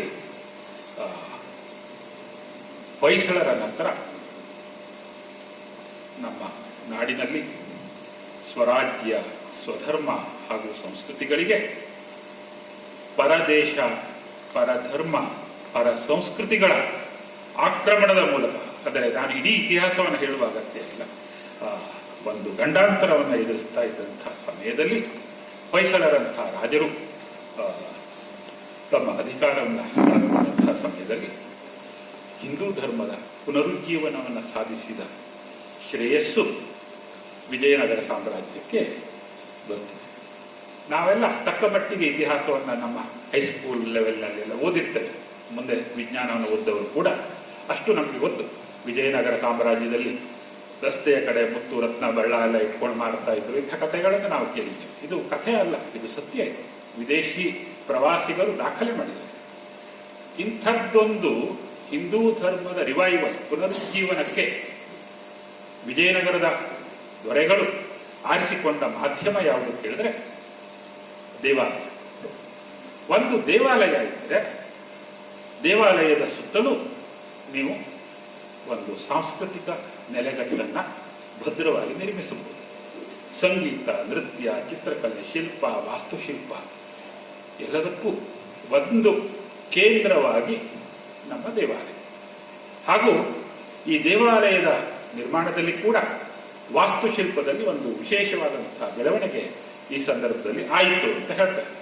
ತಲಕಾಡಿನ ಗಂಗರು, ಬಾದಾಮಿಯ ಚಾಲುಕ್ಯರು, ಮಳಖೇಡದ ರಾಷ್ಟ್ರಕೂಟರು, ದ್ವಾರ ಸಮುದ್ರದ ಹೊಯ್ಸಳರು ಹಾಗೂ ತಮಿಳುನಾಡಿನ ಪಾಂಡ್ಯರ ಒಂದು ಕಾಲದ ಶಿಲ್ಪಶೈಲಿ, ಇವೆಲ್ಲವುಗಳ ಉತ್ತಮ ಅಂಶಗಳನ್ನು ಬಳಸಿಕೊಂಡು ವಿಜಯನಗರ ಸಾಮ್ರಾಜ್ಯದ ಕಾಲದಲ್ಲಿ ಒಂದು ಹೊಸ ಬಗೆಯ ಶಿಲ್ಪ ಆವಿಷ್ಕಾರ ಆಯಿತು. ಮತ್ತು ಅವರು ಬೇಸಿಕಲಿ ಬಳಪದ, ನುಣುಪಾದ, ಮೃದು ಬಳಪದ ಕಲ್ಲಿಗೆ ಬದಲು ಕಠಿಣ ಶಿಲೆ, ಕಣಶಿಲೆ ಅಂತ ಬರೆದಿದ್ದಾರೆ ಕನ್ನಡದಲ್ಲಿ, ಗ್ರೆನೈಟ್ ಅನ್ನು ಬಳಸಿ ಶಿಲ್ಪಗಳ ನಿರ್ಮಾಣವನ್ನು ಆರಂಭಿಸಿದರು. ಬಹಳ ದೊಡ್ಡದಾದಂತಹ ಒಂದು ಲಕ್ಷಣ ಏನು ಅಂತಂದ್ರೆ ವಿಜಯನಗರ ಸಾಮ್ರಾಜ್ಯದ ಕಾಲದ್ದು ಬಹಳ ದೊಡ್ಡದಾದಂತಹ ವಿಸ್ತೀರ್ಣವಾದಂತಹ ದೇವಾಲಯದ ಕಾಂಪ್ಲೆಕ್ಸ್, ಆಮೇಲೆ ಎತ್ತರವಾದಂತಹ ಗೋಪುರಗಳು. ಅದೇ ಪಾಂಡ್ಯರ ಕಾಲದಲ್ಲೂ ಇತ್ತು ಅಂತ ಹೇಳ್ತಾರೆ. ಅದೇನು ಕೃಷ್ಣದೇವರಾಯರ ಕಾಲದಲ್ಲೋ ಅಥವಾ ಈ ಯಾವುದೇ ರಾಯರ ಕಾಲಕ್ಕಲ್ಲ, ಹಿಂದೆ ಕೂಡ ಇತ್ತು. ಆದರೆ ಇವರು ಅದಕ್ಕೆ ಎಷ್ಟು ಪ್ರಾಧಾನ್ಯವನ್ನು ಕೊಟ್ಟರು ಅಂತಂದ್ರೆ ಅಂಥ ಗೋಪುರಗಳಿಗೆ ರಾಯಗೋಪುರಗಳು ಅಂತಲೇ ಹೆಸರು ಬಂತು ಅಂತ ಹೇಳ್ತಾರೆ. ರಾಯಗೋಪುರ, ರಾಯ ಅನ್ನುವ ಕ್ರೆಡಿಟ್ ಅದು ಕೃಷ್ಣದೇವರಾಯ, ಈ ತರ ನಾವೇನು ದೇವರಾಯ ಈ ತರ ಎಲ್ಲ ಓದ್ತೇವೆ, ಆ ವಿಜಯನಗರದ ದೊರೆಗಳ ಅಭಿದಾನ. ರಾಯಗೋಪುರಗಳು, ವಿಶಾಲವಾದಂತಹ ಪ್ರಾಂಗಣ ಮತ್ತು ಸಣ್ಣ ಸಣ್ಣ ಅಲ್ಲಿಯ ಗುಡಿಗಳು, ಹಲವಾರು ಮಂಟಪಗಳು, ದಪ್ಪ ದಪ್ಪ ಕಂಬಗಳು, ಇವೆಲ್ಲ ಇಲ್ಲಿಯ ವಾಸ್ತುಶಿಲ್ಪದ ಒಂದಷ್ಟು ಪ್ರಾಥಮಿಕವಾದಂತಹ ಅಂಶಗಳು, ಜೊತೆಗೆ ಗರ್ಭಗೃಹ, ಅಂತರಾಳಗಳಿಗೆ ಹೊಂದಿಕೊಂಡು ಪ್ರದಕ್ಷಿಣಾ ಪಥ, ವಿಸ್ತಾರವಾದ ಮಹಾಮಂಟಪ, ಶಿಲ್ಪಗಳು, ಹೀಗೆ ಒಂದು ನವೀನವಾದಂತಹ ರೀತಿಯಲ್ಲಿ ದೇವಸ್ಥಾನದ ಆವಿಷ್ಕಾರವನ್ನು ಮಾಡ್ತಾರೆ. ಬರಿಯ ದೇವಾಲಯ ಅನ್ನೋದು ಶಿಲ್ಪಾಲಯ ಕೂಡ ಹೌದು. ಒಳಗಡೆ ಹೋದರೆ ಅನೇಕ ಉಬ್ಬು ಶಿಲ್ಪಗಳನ್ನು ಅವರು, ಯಾಕೆಂದ್ರೆ ನುಣುಪಿನ ಕಲ್ಲಿನ ಅದು ಅವರಿಗೆ ಗೊತ್ತಿದೆ, ಶಿಲ್ಪಶಾಸ್ತ್ರಗಳಿಗೆ ಅದು ಅದರ ವಿನ್ಯಾಸಗಳು ಬೇರೆ, ಇಲ್ಲಿ ಸಾಧಿಸಬೇಕಾದಂಥ ಪರಿಣಾಮ ಬೇರೆ, ಸಮಸ್ಯೆಗಳು ಬೇರೆ. ಕಂಬಗಳ ಸುತ್ತಲೂ ಕಂಬವನ್ನು ಆಸರೆ ಮಾಡಿಕೊಂಡು ದೊಡ್ಡ ಪ್ರಮಾಣದ ಶಿಲ್ಪಗಳು. ಈ ಶಿಲ್ಪಗಳಲ್ಲಿ ಪ್ರಧಾನವಾದವು ಮುಂದಿನ ಎರಡೂ ಕಾಲುಗಳನ್ನು ಎತ್ತಿ ಮುನ್ನುಗ್ಗುವಂತೆ ತೋರುವ ಕುದುರೆ, ಹುಲಿಗಳ ಶಿಲ್ಪಗಳು. ಕಂಬಗಳ ಮೇಲೆ ಬೋದಿಗೆಯಲ್ಲಿ ಮುಂದಕ್ಕೆ ಚಾಚಿಕೊಂಡಂತೆ ಪೀಠ ಇದ್ದು ಅದರ ಲೋಲಕದಲ್ಲಿ ಕೆಳಮುಖವಾಗಿರುವ ಕಮಲದ ಮಗುಗಳು ಇರ್ತವೆ. ಹೀಗೆ ಅದರ ಜೊತೆಗೆ ಕಲ್ಯಾಣ ಮಂಟಪದ ಒಂದು ರಚನೆ. ಅಲ್ಲಿ ಕಲ್ಯಾಣ ಮಂಟಪಗಳು ಯಾಕೆ ಅಂದ್ರೆ ಮದುವೆಗಲ್ಲ, ಈಗಿನ ಆಧುನಿಕ ಕಲ್ಯಾಣ ಮಂಟಪ ಅಲ್ಲ, ಅದು ದೇವಸ್ಥಾನದ ಕಲ್ಯಾಣ ಮಂಟಪ ಆಗಿದ್ದು ಉತ್ಸವ ಮೂರ್ತಿಗಳನ್ನಾಗಿದೆ ಆ ಹೆಸರು. ಹೀಗೆ ಹೊಯ್ಸಳರ ಕಾಲದ ದೇವಾಲಯಗಳ ಹೋಲಿಸಿದರೆ ವಿಜಯನಗರದ ಶಿಲ್ಪಿಗಳು ಸಣ್ಣ ಪ್ರಮಾಣದ ವಿಮಾನ ಆ ಗೋಪುರದ ಭಾಗದಲ್ಲಿ ನಿರ್ಮಿಸಿದ್ದಾರೆ. ಯಾಕೆ ಅಂತಂದ್ರೆ ಆ ಕಾಲದಲ್ಲಿ ದೊಡ್ಡ ದೊಡ್ಡ ವಿಮಾನಗಳನ್ನು ಬಳಸಿದ್ದರಿಂದ ಗುಡಿ ಕುಸಿಯುವುದನ್ನು ಅವರು ಗಮನಿಸಿದರು ಅಂತೇಳಿ. ಅಂದ್ರೆ ಹೀಗೆ ಒಂದಷ್ಟು ಪರಿಷ್ಕರಣೆಗಳನ್ನು ಕೂಡ ಅವರು ಮಾಡಿದರು. ಹೀಗೆ ಹಂಪಿ, ಬೆಂಗಳೂರು, ಕೋಲಾರ, ಕುರುಕೋಡು, ಆಂಧ್ರ ಪ್ರದೇಶದಲ್ಲಿ ತಿರುಪತಿ, ತಮಿಳುನಾಡಿನಲ್ಲಿ ಕಂಚಿ, ಇಂತಹ ಅನೇಕ ಕಡೆ ವಿಜಯನಗರದ ಕಾಲದಲ್ಲಿ ನಿರ್ಮಿತವಾದಂತಹ ಈ ಬಗೆಯ ದೇವಾಲಯದ ಮಾದರಿಗಳನ್ನು ನಾವು ಕಾಣ್ತೇವೆ. ಹೀಗೆ ಮುಸ್ಲಿಂ ದೊರೆಗಳ ಆಕ್ರಮಣದಿಂದ ನಮ್ಮ ಸಂಸ್ಕೃತಿಯ ನಾಶವಾಗುತ್ತಿದ್ದ ಕಾಲದಲ್ಲಿ ಸಾಮಾಜಿಕ ವಿನಾಶ, ಸಾಂಸ್ಕೃತಿಕ ವಿಪತ್ತು ಉಂಟಾಗುತ್ತಿದ್ದಂತಹ ಸಮಯದಲ್ಲಿ ಸುಮಾರು 250 ವರ್ಷ ವಿಜಯನಗರದ ದೊರೆಗಳು ರಾಜ್ಯವನ್ನು ಆಳಿದರು. ವಿಜಯನಗರದ ದೊರೆಗಳು ಅಂದ್ರೆ ಅವರು ಕೇವಲ ಹಕ್ಕ ಬುಕ್ಕ ಅಂತ ನಾವು ಹೇಳಕ್ಕೆ ಶುರು ಮಾಡ್ತೇವೆ, ಅದು ಸರಿ, ಅದೇ ಅವರ ಆರಂಭ ಶುರುವಾಗೋದು ಅಲ್ಲಿಂದಾನೆ. ಸಂಗಮ ವಂಶ, ಸಾಳುವ ವಂಶ, ತುಳುವ ವಂಶ, ಅರನೀಡು ವಂಶ, ಹೀಗೆ 4 ವಂಶದ ದೊರೆಗಳು ಅಲ್ಲಿ. ಅಂದ್ರೆ ನಾವು ಸುಪ್ರಸಿದ್ಧರಾದಂಥ ಕೃಷ್ಣದೇವರಾಯ ತುಳುವ ವಂಶದ್ದು, ಹಕ್ಕ ಬುಕ್ಕರನ್ನ ತಗೊಂಡ್ರೆ ಅವರು ಸಂಗಮ ವಂಶದ್ದು. ಇವರಲ್ಲಿ ಬುಕ್ಕ ಅಥವಾ ಹಕ್ಕ ಈತ ಒಬ್ಬ ಸಾಮಂತ ದೊರೆ ಇದ್ದ ಹಾಗೆ ಹೊಯ್ಸಳರ ಕಾಲದಲ್ಲಿ. ಹೊಯ್ಸಳ ರಾಜ್ಯ ಪತನವಾದಾಗ ಇವನು ಸ್ವತಂತ್ರಗೊಂಡು ಒಂದು ಹೊಸ ಸಾಮ್ರಾಜ್ಯದ ಸ್ಥಾಪನೆಗೆ ಈ ವಿದ್ಯಾರಣ್ಯರ ಕಥೆ ಅದೆಲ್ಲ ನಮ್ಗೆ ಗೊತ್ತಿದೆ. ಇದೊಂದು ದೊಡ್ಡ ಕನಸು. ತಿರ್ಗ ವಿದ್ಯಾರಣ್ಯರು ಎಂದೆಂದೂ ಒಡೆಯಲಾರದಂತಹ ಒಂದು ಸಾಮ್ರಾಜ್ಯವನ್ನು ಕಟ್ಟಕ್ಕೆ ಹೊರಟಿದ್ರು. ಅದಕ್ಕಾಗಿ ಒಂದು ಮುಹೂರ್ತವನ್ನು ಕೂಡ ನಿಗದಿ ಮಾಡಿದ್ರು ಅಂತ ಹೇಳ್ತಾರೆ. ಇದು ಜ್ಯೋತಿಷ್ಯದ ಇವರು ಯಾರಾದರೂ ಇಲ್ಲಿ ಗೊತ್ತಿರ್ತದೆ. ಆದರೆ ಮನುಷ್ಯ ಸಂಕಲ್ಪಕ್ಕೂ ದೈವಿ ಸಂಕಲ್ಪಕ್ಕೂ ಒಂದು ವ್ಯತ್ಯಾಸ ಇದೆ. ಅವರು ಅಂದುಕೊಂಡಂಥ ಆ ಗಳಿಗೆಯನ್ನ ಅವರು ಆಕ್ಚುಲಿ ಅದನ್ನ ಮಾಡ್ಲಿಕ್ಕಾಗೋದಿಲ್ಲ. ಅಲ್ಲಿ ಏನೋ ಒಂದು ತಡೆ ಬರ್ತಿತ್ತು, ಕಥೆ ಇದೆ. ಹೀಗೆ ಅಂದ್ರೆ ಬಹಳ ದೊಡ್ಡದಾದಂಥ ಕನಸುಗಳು ಕೂಡ ಮಹತ್ವದ ಒಂದು ನಾಡಿಗೆ. ವಿಜಯನಗರದ ಸಾಮ್ರಾಜ್ಯದ ದೊರೆಗಳ ಗುರುಗಳು ವಿದ್ಯಾರಣ್ಯರು ಕಟ್ಟಿಕೊಟ್ಟ ಕನಸು ಅಂತಹದ್ದು, ಶಾಶ್ವತವಾದದ್ದು, ಆಚಂದ್ರಾರ್ಕವಾದದ್ದು. ಸೂರ್ಯಚಂದ್ರರು ಇರೋದಂಥ ಅದರ ಖ್ಯಾತಿಯನ್ನಾದರೂ ಉಳಿಸುವಂತಹ ಒಂದು ರಾಜ್ಯವನ್ನು ಕಟ್ಟಿದ್ರು ಅನ್ನೋದು ನಮ್ಗೆ ಇವತ್ತು ಬಹಳ ದೊಡ್ಡದಾಗಿ ಕಾಣಿಸ್ತದೆ. ಹಾಗಾಗಿ ಇದು ಹಾಳು ಹಂಪೆ ಅಲ್ಲ. ನಮ್ಮ ಅನೇಕರು ಇವತ್ತು ಅದನ್ನು ಹೇಳ್ತಾರೆ. ನಾವು ಅದೇನೋ ಒಂದು ಭಾವುಕ ಕ್ಷಣದಲ್ಲಿ ಅದನ್ನ ಹಾಳು ಹಂಪೆ ಅಂತ ಹೇಳೋದುಂಟು. ಹಾಳು ಹಂಪೆ ಆಗಿದ್ದು ಸತ್ಯ. ಈಗ ಹಜಾರರಾಮ ದೇವಾಲಯದ ಗರ್ಭಗುಡಿಯಲ್ಲಿ ಕೂಡ ಗರ್ಭಗುಡಿಯ ಪ್ರತಿಮೆ ಇಲ್ಲ. ಆ ಅರ್ಥದಲ್ಲಿ ಹಾಳು. ಆದರೆ ಅದು ಇವತ್ತಿಗೂ ಒಂದು ದೊಡ್ಡದಾದ ಕನಸು ಹೇಗೆ ಇಲ್ಲಿ ಬಿತ್ತಲ್ಪಟ್ಟಿತ್ತು ಅನ್ನೋದನ್ನು ತೋರಿಸ್ತದೆ. ಮತ್ತೆ ರಾಮಾಯಣದ ಭಾಗವಾಗಿ ಅಂತೂ ಅದರ ವಾಸ್ತವಿಕತೆ, ಅದರ ಮಹತ್ವ ಯಾವತ್ತಿಗೂ ಇರ್ತದೆ. ಅಲ್ಲಿ ಹನುಮಂತ ಜನಿಸಿದ್ದು ಅದು ವಾಲಿ ಮತ್ತು ವಾಲಿಯ ವಧೆ ಆಯಿತು. ವಾಲಿ ಸುಗ್ರೀವ ಮತ್ತು ರಾಮ ಅವರೆಲ್ಲ ಭೇಟಿಯಾಗೋದಲ್ಲ ಆ ಜಾಗದಲ್ಲಿ. ಶಬರಿಯನ್ನ ಈತ ನೋಡೋದಲ್ಲಿ ಪತಂಗ ಮುನಿಗಳ ಆಶ್ರಮ ಇದ್ದ ಜಾಗ. ಹೀಗೆ ಅದು ಬಿಟ್ಟರೆ ಶಿವಪಾರ್ವತಿಯರ ವಿವಾಹ ಕೂಡ ಅಲ್ಲೇ ಆಯಿತು. ಪಂಪಾಪತಿಯಾಗಿ ಈಶ್ವರನು ಪಂಪಾದೇವಿಯನ್ನು ಮದುವೆಯಾದ ಜಾಗ ಆ ಜಾಗ. ಹೀಗೆ ಅನೇಕ ಪೌರಾಣಿಕ ನಂಬಿಕೆಯ ಭಾಗಗಳು, ಅನೇಕ ಚಾರಿತ್ರಿಕ ಐತಿಹಾಸಿಕ ಸಂದರ್ಭಗಳು ನಡೆದಿರುವ ಸ್ಥಳ ನಮ್ಮ ಈ ಹಂಪೆ ಮತ್ತು ವಿಜಯನಗರ ಸಾಮ್ರಾಜ್ಯದ ಕಥೆ. 14ನೇ ಶತಮಾನದ ಮೊದಲ ದಶಕದಲ್ಲಿ ಹೊಯ್ಸಳರ ಸಾಮ್ರಾಜ್ಯ ಅವನತಿಯಾದ ಬಳಿಕ ಮುಂದಿನ ಸುಮಾರು 200ರಿಂದ 250 ವರ್ಷಗಳ ಕಾಲ ಸಮರ್ಥವಾಗಿ ದಕ್ಷಿಣ ಭಾರತಕ್ಕೆ ಯಾವುದೇ ಆಕ್ರಮಣವಾಗದಂತೆ ನೋಡಿಕೊಂಡಂತಹ ಖ್ಯಾತಿ ಈ ದೊರೆಗಳದ್ದು. ಅಷ್ಟೇ ಅಲ್ಲ, ಅವರ ಅವನತಿ ಕೂಡ ಬಹಳ ಭಾರತದ ಇತಿಹಾಸವನ್ನು ಓದಿದಾಗ ನಾವು ಕಾಣುವಂತೆ ಅನೇಕ ಒಳಗಡೆ ಇದ್ದಂಥ ಚಾಡಿಕೋರರು ಅಥವಾ ಭಿನ್ನಮತೀಯರೇ ಆ ಸಾಮ್ರಾಜ್ಯದ ಅವನತಿಗೆ ಕಾರಣರಾದರು. ಇವರ ಸೈನಿಕರೇ ಇವರಿಗೆ ಮೋಸ ಮಾಡಿ, ಅನ್ಯ ಧರ್ಮೀಯರಾದಂಥ ಇವರ ಸೈನಿಕರೇ ಇವರಿಗೆ ಮೋಸ ಮಾಡುವುದರ ಮುಖಾಂತರ ಪತನಗೊಂಡಂಥ ಇತಿಹಾಸದ ಒಂದು ಭಾಗ ವಿಜಯನಗರ ಸಾಮ್ರಾಜ್ಯದ ಕಥೆ ಕೂಡ ಹೌದು. ಹಾಗಾಗಿ ನಮ್ಮ ಗೆಳೆಯರೊಬ್ಬರು ಅದನ್ನ ಹಂಪಿ ಅನ್ನೋದು ಹಾಳು ಹಂಪಿ ಅಲ್ಲ, ಅದೊಂದು ಸುಂದರ ದೃಶ್ಯ ಕಾವ್ಯ ಅನ್ನುವ ಮಾತನ್ನ ಆಡಿದ್ದಾರೆ. ಆಮೇಲೆ ವಿರೂಪಾಕ್ಷ ಅಲ್ಲಿಯ ಆರಾಧ್ಯ ದೇವತೆ, ಅವನ ಪಂಪಾದೇವಿಯನ್ನ ವರಿಸಿದ್ದು ಅವನು.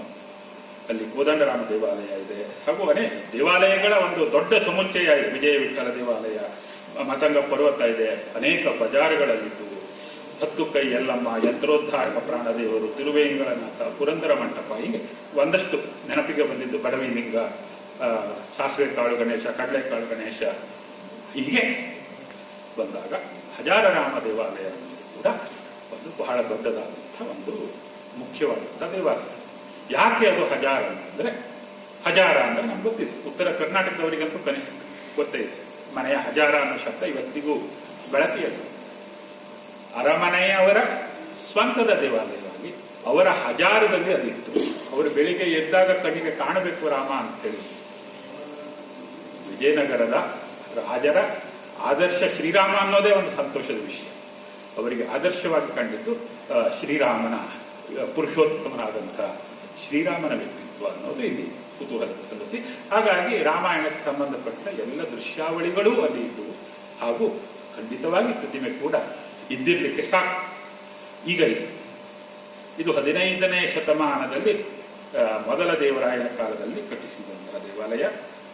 ಆಮೇಲೆ ದೇಗುಲದ ಗೋಡೆಗಳಲ್ಲಿ ರಾಮಾಯಣದ ಕಥಾದೃಶ್ಯಗಳಲ್ಲದೆ ಶ್ರೀಕೃಷ್ಣನ ಹಾಗೂ ಬೇರೆ ಕೆಲವು ಭಾಗವತದ ದೃಶ್ಯಗಳ ಚಿತ್ರಗಳು ಕೂಡ ಅಲ್ಲಿ ಇವೆ. ಇದು ಹಜಾರ ಅನ್ನೋದಕ್ಕೆ ಸಾವಿರ ಅನ್ನೋ ಅರ್ಥವನ್ನು ಕೊಟ್ಟಾಗ ಕೂಡ ಸಾವಿರಾರು ದೃಶ್ಯಗಳನ್ನ ಸಾವಿರಾರು ಅಂದ್ರೆ ಸಾವಿರ ಅನ್ನೋದನ್ನು ನಾವು ನಂಬರ್ ಅಂತ ನೋಡಬೇಕಾಗಿತ್ತು. ಇವತ್ತಿಲ್ಲಿ 60 ಜನ ಇದ್ದಾರೆ ಅಂತಂದ್ರೆ 60 ಅಂದ್ರೆ 60 ಇರ್ಲಿಕ್ಕೆ 45 ಇರ್ಬೋದು, ಅದೊಂದು 106 ಜನ ಅಂತ ಹೇಳ್ತಾರೆ. ಸೊ ಆ ಅರ್ಥದಲ್ಲಿ ಕೂಡ ಅದು ಹೊರಗೋಡೆಗಳು, ಅಲ್ಲಿರುವ ಚಿತ್ರಗಳು, ಆ ಚಿತ್ರಗಳನ್ನ ಚಿತ್ರಗಳ ಒಂದೊಂದು ಸಂದರ್ಭಕ್ಕೆ ಚಿತ್ರಗಳಿರ್ತವೆ, ನಡುವೆ ಒಂದು ಕಮಲದ ಹೂವಿನ ಗ್ಯಾಪ್ ಇದೆ ಅಂತ ಹೇಳಿ ನಮ್ಮ ಇವರು ಗುರುತಿಸಿದ, ಇದರ ಕುರಿತು ವಿಶ್ಲೇಷಣೆ ಮಾಡಿದಂಥವರು ಹಜಾರ್ ಎಂದರೆ ಸಾವಿರ ಈ ತರ ಎಲ್ಲ ಇದೆ. 15ನೇ ಶತಮಾನದ ಪ್ರಾರಂಭದಲ್ಲಿ ಮೊದಲನೇ ದೇವರಾಯನು ಕಟ್ಟಿಸಿದ ಈ ದೇವಾಲಯದ ಸೊಬಗು ಅಸಾಮಾನ್ಯ. ನಾನು ಹಜಾರರಾಮ್ ದೇವಾಲಯದ ಬಗ್ಗೆ ಹೇಳ್ತಾ ಇದ್ದೇನೆ. ಅಸಾಮಾನ್ಯ. ದೇವಾಲಯದ ಹೊರ ಪ್ರಕಾರದ ಗೋಡೆಗಳ ತುಂಬ ಉಬ್ಬು ಚಿತ್ರಗಳು, ನವರಾತ್ರಿಯ ದಿನಗಳಂದು ಮಹಾನವಮಿ ದಿಬ್ಬದ ಎದುರು ನಡೆಯುತ್ತಿದ್ದ ಸಾಂಸ್ಕೃತಿಕ ಚಟುವಟಿಕೆ, ಮೆರವಣಿಗೆಗಳ ವೈಭವದ ನಿರೂಪಣೆ, ಆನೆ, ಕುದುರೆ, ವಾದ್ಯಗಾರರು, ನರ್ತಕಿಯರು ಮೊದಲಾದವರ ಹಾವಭಾವಗಳು ಒಂದಕ್ಕಿಂತ ಒಂದು ವಿಭಿನ್ನ, ವಿಶೇಷ. ಇಡೀ ಗೋಡೆಯನ್ನು ತುಂಬುವ ಹಾಗೆ 5 ಅಡ್ಡಸಾಲು, ಅವುಗಳಲ್ಲಿ ಕ್ರಮವಾಗಿ ನರ್ತಕ ನರ್ತಕಿಯರು, ಸೈನಿಕರು, ಕುದುರೆಗಳನ್ನು ಕರೆತರುವ ರಾವುತರು, ಕೆಳಸಾಲಿನಲ್ಲಿ ಮಾವುತರೊಡನೆ ಸಾಲಂಕೃತ ಆನೆಗಳು, ದೇವಾಲಯದ ಪ್ರವೇಶ ದ್ವಾರದಲ್ಲಿ, ಹೀಗೆ ಅನೇಕ ವಿವರಗಳನ್ನು ಅವರು ಕೊಟ್ಟಿದ್ದಾರೆ. ಮುಂದಿಂದೆಲ್ಲ ರಾಮಾಯಣದ ಕಥಾದೃಶ್ಯಗಳು. ಈ ಘಟನಾವಳಿಯ ನಿರೂಪಣೆ ಮೇಲುನೋಟಕ್ಕೆ ಒಂದಕ್ಕೊಂದು ಸಂಬಂಧವಿಲ್ಲದಂತೆ ಕಂಡರೂ ಒಳದೇಗುಲದ ನಿರ್ದಿಷ್ಟ ಮೂಲೆಯಿಂದ ಪ್ರಾರಂಭಿಸಿ ಸಮಾಂತರವಾಗಿ 3 ಪ್ರತ್ಯೇಕ ಸಾಲುಗಳಲ್ಲಿ ಮುಂದುವರೆದಿರುವುದನ್ನು ಗಮನಿಸಬಹುದು. ಸಪಾಟಾದ ಗೋಡೆ ಕೊನೆಗೊಳ್ಳುವಲ್ಲಿ ರಾಮಾಯಣದ ಕಥೆ ತಾತ್ಕಾಲಿಕವಾಗಿ ನಿಲ್ಲುತ್ತದೆ. ಕಂಬದ ಮೇಲೆ ಗರುಡನೋ ನರ್ತಕಿಯೋ ಕಾಣಿಸುತ್ತಾರೆ. ಇನ್ನೊಂದು ಗೋಡೆಯಲ್ಲಿ ಕಥೆ ಮುಂದುವರಿಯುತ್ತದೆ. ಹೀಗೆ ಯಾವುದು ನಮಗೆ ಏನೂ ಇಲ್ಲ ಅಂತ ಅಂದ್ಕೊಳ್ತೇವೋ, ನೀವು ಸೂಕ್ಷ್ಮ ನೋಡಕ್ಕೆ ಹೊರಟಾಗ ಅಲ್ಲಿ ಅವುಗಳಿಗೆ ಒಂದು ಲಾಜಿಕ್ ಇದೆ. ಚಿತ್ರಕಾರರು, ಶಿಲ್ಪಿಗಳು ಅದನ್ನ ಆ ರೀತಿಯಲ್ಲಿ ಒಂದು ಸಣ್ಣ ವ್ಯತ್ಯಾಸವನ್ನು ಇಟ್ಟು ಮುಂದಿನ ಕತೆ ಬೇರೆದು, ನೀನು ಗುರುತಿಸಬಹುದು ಅನ್ನೋದಕ್ಕೆ ಒಂದು ಅವಕಾಶವನ್ನು ಅಲ್ಲಿ ಕಲ್ಪಿಸಿರ್ತಾರೆ. ಹೀಗೆ ತುಂಬಾ ಆಳವಾಗಿ ಶಿಲ್ಪಶಾಸ್ತ್ರವನ್ನ ಓದಿದಂಥವ್ರು ಇದರ ಬಗ್ಗೆ ಹೆಚ್ಚಿನ ಮಾತುಗಳನ್ನ ಹೇಳಲಿಕ್ಕೆ ಸಾಧ್ಯ ಇದೆ. ನಮ್ಮ ಉದ್ದೇಶಕ್ಕೆ ಪ್ರಾಯಶಃ ಇಷ್ಟು ಸಾಕು. ಈ ಹಿನ್ನೆಲೆಯಲ್ಲಿ ಈಗ ನಾವು ನಮ್ಮ ಸತ್ಯನಾರಾಯಣ ರಾಯರು ಮಾಡಿರುವಂತಹ ಕೆಲಸವನ್ನು ನೋಡಿದಾಗ ಅದು ಬಹಳ ದೊಡ್ಡದು. ಅನೇಕ ಸಲ ನನಗನ್ನಿಸ್ತದೆ ಪ್ರತಿಯೊಬ್ಬರು ಅವರವರ ಹಳ್ಳಿಯ ಕಥೆಗಳನ್ನು ಬರೀಬೇಕು ಅಂತ. ಅನೇಕ ಊರುಗಳಲ್ಲಿ ಇವತ್ತು ಅಲ್ಲಿಯ ದೇವಾಲಯಗಳಿಗೆ ಪೂಜೆ ಇಲ್ಲ, ಅದು ಇನ್ನೊಂದು ಕಥೆ. ನಾವು ನಗರಗಳಲ್ಲಿ ದೇವಾಲಯಗಳನ್ನು ಕಟ್ತಾ ಇದ್ದೇವೆ, ನಾವು ನಗರ ಮುಖಿಯಾಗಿದ್ದೇವೆ, ನಮ್ಮ ಮನೆಯ ದೇವರುಗಳನ್ನು ಬೆಂಗಳೂರಿಗೆ ತಂದುಕೊಂಡಿದ್ದೇವೆ. ಊರಿನಲ್ಲಿ ಒಂದು ದೇವಾಲಯ ಇದೆಯಲ್ಲ, ಆ ದೇವಾಲಯದಲ್ಲಿ ಪೂಜಾರಿಗಳು ಇಲ್ಲ, ಬಹುಶಃ ದೇವರು ಇಲ್ಲ. ಅಂಥ ಸಂದರ್ಭ ಆಗ್ಬಿಟ್ಟಿದೆ. ಅಲ್ಲಿಯ ಕಥೆಗಳನ್ನ ಕಡೆ ಪಕ್ಷ ಕಥೆಗಳ ರೂಪದಲ್ಲಾದರೂ ಉಳಿದು ಈ ದಾಖಲೆಗಳು ಆಗುವಂತ ಅಗತ್ಯ ಇದೆ. ಸತ್ಯನಾರಾಯಣ ರಾಯರು ಆ ವಿಷಯದಲ್ಲಿ ಕೂಡ ನನಗೆ ಒಂದು ಮಾಡೆಲ್ ಅಂತ ನನಗನ್ನಿಸ್ತ. ಅವರು ಮಾಡಿದ ಈ ಕೆಲಸ ಏನಿದೆ ಬಹಳ ನಿಜವಾಗೂ ಹೇಳ್ತಾರೆ. ಅದು ಒಂದು ಸಣ್ಣ ಹುಡುಗ 10ನೇ ಕ್ಲಾಸ್ ಓದ್ತಾ ಇದ್ದ ಹುಡುಗನಲ್ಲಿ ಹುಟ್ಟಿದಂಥ ಒಂದು ಆಸೆ. ಅದನ್ನ ಅವರು ಅವರ 60ನೇ ವಯಸ್ಸಿನಲ್ಲೋ 70ನೇ ವಯಸ್ಸಿನಲ್ಲೋ ಕೈಗೆತ್ಕೊಂಡು ಅವರು ಅದನ್ನ ಈ ಮಟ್ಟಕ್ಕೆ ಇವತ್ತು ತಂದಿದ್ದಾರೆ. ಹಾಗೂ ಅವರಿಗೆ ಇನ್ನೂ ಮಾಡಬೇಕಾದದ್ದು ಬಹಳಷ್ಟು ಇದೆ ಅಂತೇಳಿ ನಾನು ನನ್ನ ಕೆಲವು ಮುನ್ನುಡಿಯ ಮಾತುಗಳಲ್ಲಿ ಹೇಳಿದೆ. ಅವರನ್ನು ನೋಡಿದರೆ ಅವರು ಇಷ್ಟಕ್ಕೆ ನಿಲ್ಲಿಸೋ ಹಾಗೆ ಕಾಣಿಸೋದಿಲ್ಲ ಅಂತೇಳಿ. ಅವರ ಮಗ ಕೂಡ ಅದನ್ನು ಹೇಳಿದೆ, ಇಲ್ಲ ಸರ್ ಅವರಿಗೆ ಎಲ್ಲ ಫೋಟೋಗಳು ಇವೆ ಅಂತ. ಅಜಾರಾಮ ದೇವಾಲಯ ಒಂದಕ್ಕೆ ನಿಲ್ಲಿಸೋ ತರ ಕಾಣೋದಿಲ್ಲ ಅಂತ ಹೇಳಿದೆ. ಸರ್ ಅವರ ಹತ್ರ ಎಲ್ಲದೂ ಚಿತ್ರಗಳೂ ಇವೆ, ಅದರಲ್ಲಿ ಎಕ್ಸಿಬಿಷನ್ ಮಾಡಬೇಕು ಅಂತ ಹೇಳಿ ಆಸೆ ಇದೆ. ಹಂಪಿ ಅಂತ ಊರಿಗೆ ಇಂಥದ್ದೊಂದು ಮಗ ಹುಟ್ಟಿದ್ರೆ ಬಹಳ ಸಂತೋಷ ಅಲ್ವಾ ಸರ್? ಅಂಥ ಕೆಲಸವನ್ನ ಈಗ ಅಷ್ಟು ಕಾಲ ಕಳೆದೋಯ್ತು, ಇಷ್ಟು ಕಾಲ ಕಳೆದೋಯ್ತು, ಆಗಿದ್ದು ಗೋಪುರ ಈಗ ಕಾಣಿಸ್ತಾ ಇಲ್ಲ, ಎಲ್ಲರೂ ಕಥೆಗಳೆಲ್ಲ ಇವೆ, ದುಃಖಗಳೆಲ್ಲ ಇವೆ. ಈಗ ಇದ್ದಿದ್ದನ್ನಾದ್ರೂ ಹಿಡೀರಿ, ಈಗ ಇದ್ದಿದ್ದನ್ನಾದ್ರೂ ಉಳಿಸ್ಕೊಳ್ರಿ. ಏನಿದೆ ಅನ್ನೋದರ ಮೂಲಕ ಏನಿಲ್ಲ ಆಗಿತ್ತು ಅನ್ನೋದನ್ನ ಕಲ್ಪಿಸ್ಕೊಳ್ಬೋದಲ್ಲ, ಅಟ್ಲೀಸ್ಟ್ ಅದನ್ನಾದ್ರೂ ಮಾಡೋಣ. ಇದು ಹಿಮ್ಮುಖವಾದ ಚಲನೆ ಅಲ್ಲ. ನಾಗರಾಜ್ ಸರ್ ಹೇಳಿದ ಹಾಗೆ ನಮ್ಮ ಪ್ರೇರಣೆಗಳನ್ನ ಕಂಡುಕೊಳ್ಳುವಂತಹ ಸಂದರ್ಭ. ಎಚ್.ಎಸ್. ವೆಂಕಟೇಶ ಮೂರ್ತಿ ಅವರದ್ದು ಒಂದು ಕವಿತೆ ಇದೆ, ನಾನು ಮತ್ತೆ ನನ್ನ ಹಳ್ಳಿಗೆ ಹೋಗ್ಬೇಕು ಅಂತ. ಯಾಕೆ ಅಂದ್ರೆ ಎಲ್ಲ ಖಾಲಿಯಾಗಿಬಿಟ್ಟಿದ್ದೀನಿ, ನನ್ನ ಎಲ್ಲ ಮಾತುಗಳು ಮುಗಿದಿವೆ, ನನಗೆ ಮತ್ತೆ ಹೊಸ ಪ್ರೇರಣೆ ಎಲ್ಲಿ ಸಿಕ್ಬೇಕು ಅಂದ್ರೆ ನನ್ನ ಹಳ್ಳಿಗೆ ನಾನು ಹೋಗ್ಬೇಕು, ನನ್ನ ಹಳ್ಳಿಯಲ್ಲೇ ನನ್ನ ಬೇರುಗಳಿವೆ, ಅಲ್ಲಿಯೇ ನಾನು ಮತ್ತೇನಾದರೂ ಪಡ್ಕೊಳ್ಬೇಕು ಅಂತ. ಹಾಗೆ ನಮ್ಮ ಪ್ರೇರಣೆಗಳನ್ನ ಉಳಿಸಿಕೊಂಡಂತ ಒಂದು ಜಾಗ ಯಾವುದು ಕೇಳಿದ್ರೆ ಹಂಪಿ. ಹಂಪಿ ಅಥವಾ ವಿಜಯನಗರ ಸಾಮ್ರಾಜ್ಯದ ಕಥೆ ಅನ್ನೋದು ಬರೇ ಆ ಏರಿಯಾದವರ ಕಥೆ ಮಾತ್ರ ಅಲ್ಲ, ಅವರ ಅಭಿಮಾನದ ಕಥೆ ಮಾತ್ರ ಅಲ್ಲ. ನಮ್ಮಂಥವರಿಗೆ ಕೂಡ ಅಲ್ಲಿಯ ಕಥೆಗಳನ್ನು ಓದಿದಾಗ ಸಂತೋಷ ಆಗ್ತದೆ, ಎಷ್ಟೋ ಸಲ ದುಃಖ ಆಗ್ತದೆ. ಎಂಥ ದೊಡ್ಡದಾದಂಥ ಸಾಧ್ಯತೆಗಳಿದ್ದಂಥ ಸಾಮ್ರಾಜ್ಯ ಒಂದು ಒಳ ಪಿತೂರಿಗಳಲ್ಲಿ ಹೊರಟೋಗ್ಬಿಡ್ತಲ್ಲ ಅಂತ. ಆಮೇಲೆ ಮನುಷ್ಯನ ಸಂಕಲ್ಪ ಎಷ್ಟೇ ದೊಡ್ಡದಿದ್ದರೂ ಅದಕ್ಕಿಂತ ದೊಡ್ಡದಾದಂತಹ ಕಾಲ ಪ್ರವಾಹ ಒಂದು ಬಂದು ಎಂಥ ಕಾಲವನ್ನು ಕೂಡ ಅಳಿಸ್ಕೊಂಡು ಹೋಗ್ಬಿಡ್ತದಲ್ಲ, ಅದು ಕೂಡ ನಮಗೆ ಅಲ್ಲಿ ಕಾಣಿಸ್ತದೆ. ಇಂಥದ್ದೊಂದು ಕೆಲಸವನ್ನ ಸತ್ಯನಾರಾಯಣ ಸರ್ ನೀವು ಬಹಳ ಮುತುವರ್ಜಿ ವಹಿಸಿ ನಮ್ಮಂಥವರು ಕೊಟ್ಟಿರುವ ಮತ್ತು ಕೊಡುತ್ತಿರುವ ಎಲ್ಲ ಕಷ್ಟಗಳನ್ನ ಸಹಿಸಿಕೊಂಡು, ಯಾಕೆಂದ್ರೆ ಸ್ವಲ್ಪ ಪರಿಷ್ಕರಣೆ ಮಾಡಿ ಅಂತ ಹೇಳ್ತಾರೆ. ಯಾಕೆ ನಾವು ಸ್ವಲ್ಪ ಸಾಹಿತ್ಯ ಅದು ಇದು ಅಂತ ಓದ್ತಾ ಇದ್ದವರು ಬಹಳ ಸರಳವಾಗಿ ಬರೀಬೇಡಿ ಸರ್, ಇನ್ನೊಂದು ಚೂರು ಏನಾದರೂ ಸೇರಿಸ್ರಿ ಅದಕ್ಕೆ, ಅಥವಾ ಇನ್ನೊಂದು ಸ್ವಲ್ಪ ವಿಸ್ತರಣೆ ಮಾಡಿ ಅಂತ ನಾನು ಅವರ ಬೆನ್ನ ಹಿಂದೆ ಬಿದ್ದು ಅವರ ಪುಸ್ತಕ ತಡ ಆಗೋದಕ್ಕೆ ಕಾರಣ ಆಗಿದ್ದೇನೆ. ಆದರೆ ಅದು ಖಂಡಿತ ಈಗ ಇನ್ನೊಂದು ಸ್ವಲ್ಪ ದಿನಗಳಲ್ಲಿ ಬರ್ತದೆ. ಅವರ ಕೃತಿ ರೆಡಿಯಾಗಿದೆ, ಪುಸ್ತಕ ರೂಪದಲ್ಲಿ ಇಷ್ಟೊತ್ತಿಗೆ ಬರಬಹುದಾಗಿತ್ತು, ಬರ್ತದೆ. ಬಂದಾಗ ಮತ್ತೊಮ್ಮೆ ಗಾಯತ್ರಿಯವರು ಕಾರ್ಯಕ್ರಮ ಮಾಡಿಯಾರು, ಆವಾಗ ನನಗೆ 30 ನಿಮಿಷಕ್ಕಿಂತ ಹೆಚ್ಚು ಸಮಯವನ್ನು ಕೊಟ್ಟಾರು ಅಂತ ಹಾರೈಸ್ತಾ ತಮ್ಮೆಲ್ಲರಿಗೆ ನಾನು ಕೃತಜ್ಞನಾಗಿದ್ದೇನೆ. ಮತ್ತೆ ನಿಜವಾಗ್ಲೂ ನಮ್ಮ ಸತ್ಯನಾರಾಯಣ ಅವರಿಗೆ ದೊಡ್ಡ ಅಭಿನಂದನೆಯನ್ನ ಹೇಳ್ತೇನೆ. ಅವರು ಮುನ್ನುಡಿಗೆ ಬರೀಬೇಕು ಅಂತ ಹೇಳಿದಾಗ ನಾನು ನಿಜಕ್ಕೂ ಒಂದು ಸಂಕೋಚದಿಂದ ಬೇಡ ಅಂತ ಹೇಳ್ತಾ ಇದ್ದೆ. ಆದರೆ ಇದನ್ನ ಬರೆದಿದ್ದು ಎಷ್ಟು ಲಾಭ ಆಯಿತು ಅಂತ ನನಗೆ ಗೊತ್ತಾಯ್ತು. ಯಾಕೆ ಕೇಳಿದ್ರೆ ತಿರ್ಗಾ ನಾನು ರಾಮಾಯಣ ಮತ್ತೆ ಓದಬೇಕಾಗಿಲ್ಲ. ರಾಮಾಯಣವನ್ನ ಮತ್ತೆ ಮತ್ತೆ ಓದೋದಿದೆಯಲ್ಲ, ಅದು ನಮಗೆ ಅದು ಪುಣ್ಯ ಅಂತ ಹೇಳೋದು ಒಂದು ವಿಷಯ. ಅದೇ ಗುಯಿತು ರಾಮಾಯಣ ಅದ್ಭುತ. ಆಮೇಲೆ ತಿರ್ಗಾ ಇವರ ಚಿತ್ರಗಳ ಜೊತೆಯಲ್ಲಿ, ಕಿಷ್ಕಿಂಧೆಯ ಜೊತೆಯಲ್ಲಿ, ಹಂಪಿಯ ಜೊತೆಯಲ್ಲಿ ಒಂದೇ ಕಾಲದಲ್ಲಿ ನಾವು ಇರುವಂತ ಸಾಧ್ಯತೆ ಇದೆಯಲ್ಲ ಸರ್, ನನ್ನ ಕಾಲದಲ್ಲೂ ಇರಬಲ್ಲೆ, ನಾನು ವಿಜಯನಗರ ಸಾಮ್ರಾಜ್ಯ ಕಾಲದಲ್ಲೂ ಇರಬಲ್ಲೆ, ಕಿಷ್ಕಿಂದೆಗೂ ಹೋಗ್ಬೋದು, ರಾಮಾಯಣ ಕಾಲಕ್ಕೆ ಹೋಗ್ಬೋದು. ಇಂಥದ್ದೊಂದು ಸಾಧ್ಯತೆಯನ್ನು ನನಗೆ ಕೊಡಿಸಿದ ಸತ್ಯನಾರಾಯಣ ಅವರು, ಮತ್ತೆ ಅಪ್ಪನ ಕನಸುಗಳಿಗೆ ನೀರೆರೆದ ಮಗ ರವಿಶಂಕರ್ ಅವರು, ಮೊಮ್ಮಗಳು, ಅವರ ಕುಟುಂಬದ ಎಲ್ಲರಿಗೆ ನಾನು ಅಭಿನಂದನೆಗಳನ್ನು, ನಮಸ್ಕಾರಗಳನ್ನು ತಮ್ಮೆಲ್ಲರಿಗೂ 1961ರಲ್ಲಿ ಗೋಕರ್ಣದ ಬಳಿಯ ಗಣಾಶ್ನಿ ಗ್ರಾಮದಲ್ಲಿ ಆಗುತ್ತೆ. ಅವರ ತಂದೆ MP ಹಾಗೂ ತಾಯಿ ರಾಧೆಯವರು ಹಿರೇಗುತ್ತಿಯಲ್ಲಿ ಪ್ರಾಥಮಿಕ ಶಿಕ್ಷಣ ಪಡೆದು ಧಾರವಾಡದಲ್ಲಿ BSc ಪದವಿ ಮುಗಿಸಿ ಅವರು ಟ್ರಿವೆಂಡ್ರಮ್ನಲ್ಲಿ ಟೆಲಿಕಮ್ಯುನಿಕೇಶನ್ಸ್ ನಲ್ಲಿ 1 ವರ್ಷದ ಇಂಜಿನಿಯರಿಂಗ್ ತರಬೇತಿ ಪಡೆದು ಹಾಗೂ ಬೆಂಗಳೂರಿನಲ್ಲಿ MA ಪದವಿಯನ್ನು ಕೂಡ ಪಡೆದಿದ್ದಾರೆ. BSNL ನಲ್ಲಿ ಡಿವಿಷನ್ ಇಂಜಿನಿಯರ್ ಆಗಿ ಇವರು ಸೇವೆ ಸಲ್ಲಿಸಿ ಈಗ ಬೆಂಗಳೂರಲ್ಲಿ ನೆಲೆಸಿದ್ದಾರೆ. ಬಾಲ್ಯದಿಂದಲೂ ಸಾಹಿತ್ಯದ ಆಸಕ್ತಿ ಇದ್ದ ಇವರಿಗೆ ತಾವು ಮಾಸಪತ್ರಿಕೆಗಳಿಗೆ ಹನಿಗವನಗಳನ್ನು ಬರೆಯಲು ಆರಂಭಿಸುತ್ತಾರೆ. ಅದರ ನಂತರ ಹಲವಾರು ಪುಸ್ತಕಗಳನ್ನ ಬರೆದಿದ್ದಾರೆ. ಈ ಜಗತ್ತು, ಭೂಮಧ್ಯ ರೇಖೆ, ಗೋವಿನ ಹೆಜ್ಜೆ ಮುಂತಾದ 7 ಕವನ ಸಂಕಲನಗಳು ಪ್ರಕಟ ಆಗಿವೆ. ಅವರ ಮಕ್ಕಳ ಕವನ ಸಂಕಲನಗಳು ಸಿಂಡ್ರೆಲಾ, ಅಂಬ್ರೆಲಾ ಮತ್ತು ಓಕೆ ಮೇಕೆ. ಮಕ್ಕಳಿಗಾಗಿ ರಮಣ ಮಹರ್ಷಿ, ರವೀಂದ್ರನಾಥ ಟಾಗೋರ್, ನಾರಾಯಣ ಗುರುಗಳು, ಗೌರೀಶ್ ಕಾಯ್ಕಿಣಿ, ವಿನೋಬಾ ಭಾವೆ ಇವರ ಜೀವನ ಚಿತ್ರಗಳನ್ನು ಸಹ ಬರೆದಿದ್ದಾರೆ. ಕನ್ನಡಪ್ರಭ, ವಿಜಯ ಕರ್ನಾಟಕ ಸೇರಿದಂತೆ ನಾಡಿನ ಹಲವಾರು ಪತ್ರಿಕೆಗಳಲ್ಲಿ ಇವರು ಬರೆದ ಅಂಕಣಗಳು, ಕತೆ, ಕವಿತೆಗಳು ಪ್ರಕಟವಾಗಿ ಬಹುಮಾನಗಳನ್ನು ಕೂಡ ಪಡೆದಿವೆ. ಇವರ ಉಪ್ಪಿನಗೊಂಬೆ ಕವನ ಸಂಗ್ರಹಕ್ಕೆ ಪೂತಿನ ಕಾವ್ಯ ಪ್ರಶಸ್ತಿ, ಮಾಯಾವಿ ಮಾಂಗಿ ಕಥಾ ಸಂಕಲನಕ್ಕೆ ಮಾಸ್ತಿ ಪುಸ್ತಕ ಬಹುಮಾನ, ಟಪಾಲು ಬಸ್ಸು ಪ್ರಬಂಧ ಸಂಕಲನಕ್ಕೆ ಕರ್ನಾಟಕ ಸಾಹಿತ್ಯ ಅಕಾಡೆಮಿ ಪುಸ್ತಕ ಬಹುಮಾನಗಳು ಸಂದಿವೆ. ಇತ್ತೀಚಿನ ಮೈಮರೆತು ಕುಣಿವೆ ಕವಿತಾ ಸಂಕಲನ, ಹಸ್ತಪ್ರತಿ ಕಾಂತಾವರ ಕನ್ನಡ ಸಂಘದ ಮುದ್ದಣ್ಣ ಕಾವ್ಯ ಪ್ರಶಸ್ತಿ 2021 ಲಭಿಸಿದೆ. ತಮ್ಮ ಸಂಶೋಧನಾ ಪ್ರಬಂಧ ಹಂಪಿಯ ಕನ್ನಡ ವಿಶ್ವವಿದ್ಯಾನಿಲಯದಿಂದ ಡಾಕ್ಟರೇಟ್ ಅನ್ನು ಸಹ ಸರ್ ಪಡೆದಿದ್ದಾರೆ. ಅದು ಅಂತರಂಗದ ಆಕಾಶ ಆಗಿ ಪ್ರಕಟವಾಗಿದೆ. ಗಂಗಾ ನದಿಯ ದಡೆಗುಂಟ, ಕಾಶಿ, ಪ್ರಯಾಗ, ಗಯಾ,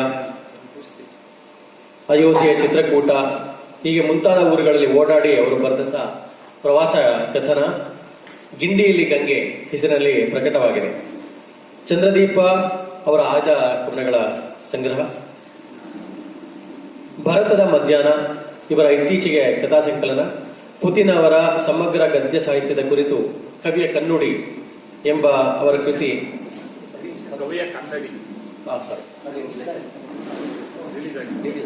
ಇತ್ತೀಚೆಗೆ ಲಕ್ಷಣಲ್ಲಿದೆ ಅಂತಿತ್ತು, ಅದಕ್ಕೋಸ್ಕರ ಕೇಳಿದೆ, ರಿಲೀಸ್ ಆಗಿದೆ. ಇವರನ್ನ ಕುಮಟ ತಾಲೂಕಿನ ಕನ್ನಡ ಸಾಹಿತ್ಯ ಪರಿಷತ್ನ ಸಾಹಿತ್ಯದ ಸಮ್ಮೇಳನ ಅಧ್ಯಕ್ಷರಾದ ಗೌರವ ಕೂಡ ಸರ್ಗೆ ಬಂದಿದೆ. ಇಂದು ಇವರು ನಮ್ಮ ಮುಖ್ಯ ಅತಿಥಿಗಳಾಗಿ ಆಗಮಿಸಿದ್ದಾರೆ. ತಮ್ಮೆಲ್ಲರ ಪರವಾಗಿ ನನ್ನ ವೈಯಕ್ತಿಕವಾಗಿ ನನ್ನ ಕಾರ್ಯಕ್ರಮಕ್ಕೆ ಸ್ವಾಗತ.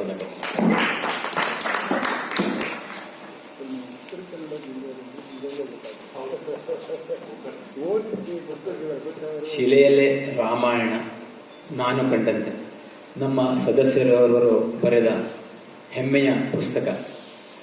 ಅವರಿಗೆ ಚಿಕ್ಕ ಗೌರವ, ದಯವಿಟ್ಟು ಮುಂದೆ ಬರಬೇಕು ಅಂತ ಬಿ ಸತ್ಯನಾರಾಯಣ ನಿವೃತ್ತ ಲೆಕ್ಕ ನಿಯಂತ್ರಣಾಧಿಕಾರಿ ಅವರನ್ನ ಕೇಳ್ಕೊತಾ ಇದ್ದಾರೆ. ಅವರ ಪರಿಚಯವನ್ನ ಹೇಮಂತ್ ಲಿಂಗಪ್ಪ ಅವರು ಮಾಡಿಕೊಡ್ತಾರೆ.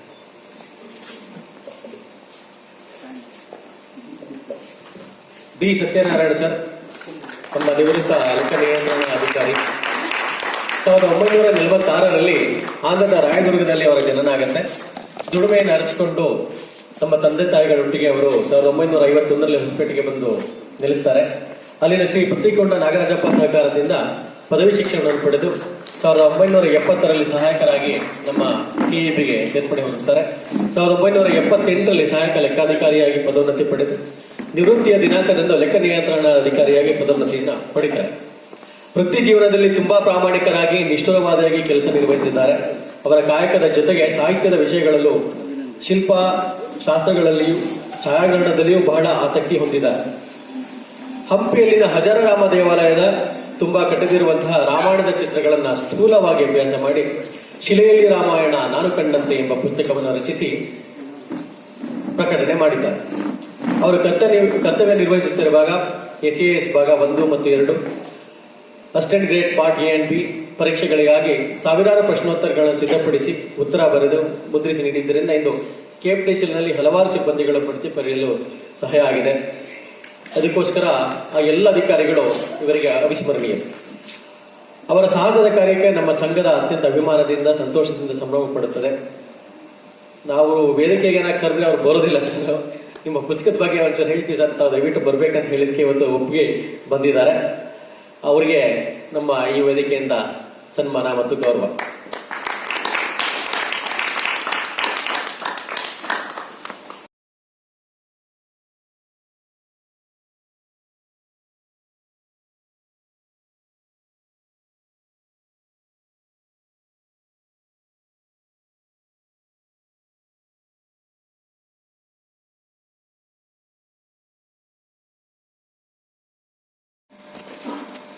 ವೇದಿಕೆ ಗೌರವಿಸಿ ನಮಸ್ಕರಿಸುತ್ತಾ ತಮ್ಮೆಲ್ಲರ ಮುಂದೆ ನಾನು ಹೀಗೆ ವೇದಿಕೆ ಮುಂದೆ ನಿಂತು ಮಾತಾಡ ಅಭ್ಯಾಸ ಇಲ್ಲ. ನನಗೆ ಪ್ರಪ್ರಥಮವಾಗಿ ನನಗೆ ಅವಕಾಶ ಸಿಕ್ಕಿದೆ. ನಾನು ಒಂದು ವೇದಿಕೆಯನ್ನು ಅಲಂಕರಿಸಬಲ್ಲೆ, ಕೆಲವು ಹಿತೈಷಿಗಳ ಸಮಾನ ಮನಸ್ಕರ ಇದರಲ್ಲಿ ನಿಂತ್ಕೊಂಡು ನಾನು ಭಾಷಣ ಮಾಡಬಲ್ಲೆ ಅನ್ನೋ ಒಂದು ಸಂದರ್ಭ ನನ್ನ ಜೀವನದಲ್ಲಿ ಬರುತ್ತೆ ಅಂತ ನಾನು ಅಂದ್ಕೊಂಡಿರಲಿಲ್ಲ. ಈ ಸಂದರ್ಭವನ್ನು ಒದಗಿಸಿಕೊಟ್ಟು ನಾಂದಿ ಹಾಡಿದವನೇ ನಮ್ಮ ಹುಲಿಗೆಸ್ವಾಮಿ, ನಮ್ಮ ಹಳೆಯ ಸ್ನೇಹಿತ, ವಿಶ್ವಾಸಿಗ ಮತ್ತು ಆತ್ಮೀಯ. ಅದಕ್ಕೆ ನೀರೇರದು ಈ ಮಟ್ಟಕ್ಕೆ ತಂದು ನಿಲ್ಲಿಸಿದವರು ಗಾಯತ್ರಿ ಅವರು. ತದನಂತರ ಇದರಲ್ಲಿ ನಾನು ಚಿಂತಾಮಣಿಯ ಬಗ್ಗೆ ಸಹ ಹೆಚ್ಚು ಹೇಳಬೇಕಾಗ್ತದೆ.